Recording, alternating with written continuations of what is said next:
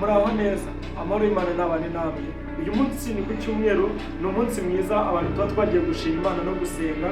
Rero ndagira ngo ku munsi nk'uyu nguyu dusangire ijambo ry'Imana ritoya nk'uko mubizi. Ndongera kwibutsa gukanda subscribe, share, like ni ingenzi kugira ngo tujye tugenda tubana mu biganiro byacu bya buri munsi. Uyu munsi rero hari ijambo nifuza tuganireho gatoya mu minota mike cyane.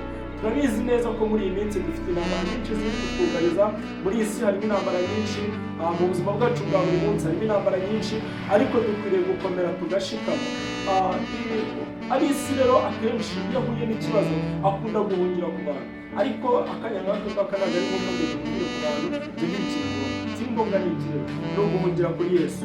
Rero hari ijambo riri muri Zaburi 118 umurongo wa 8 haravuga ngo guhungira k'Uwiteka kugira umumaro kuruta kwiringira abantu. Haleluya! Ngo guhungira k'Uwiteka kugira umumaro kuruta kwiringira abantu. Muri iyi minsi dukwiriye kwiringira Uwiteka tukamuhungira, kuko nituhungira ku bantu bazaduhemukira, ariko nitwiringira Uwiteka ntabwo azigera dukoze isoni. Hano ku murongo wa 9 akavuga ngo guhungira k'Uwiteka kugira umumaro kuruta kwiringira abakomeye. Abakomeye b'isi barahari, abakomeye bo mu miryango barahari, ariko dukwiriye kwiringira Uwiteka tukamukomeraho.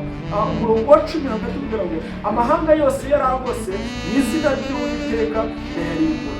Haleluya! Rero niyo mpamvu dukwiriye guhungira ku Uwiteka, kuko amahanga yose yarimburwa na Kristo. Ndabashimiye, mukomeze gukanda subscribe, share, like ni ingenzi. Ibindi biganiro byo ni mu kandi kanya turakomeza kugenda tuganira. Nibuka gukanda subscribe, share, kandi tunashimira ababikoze.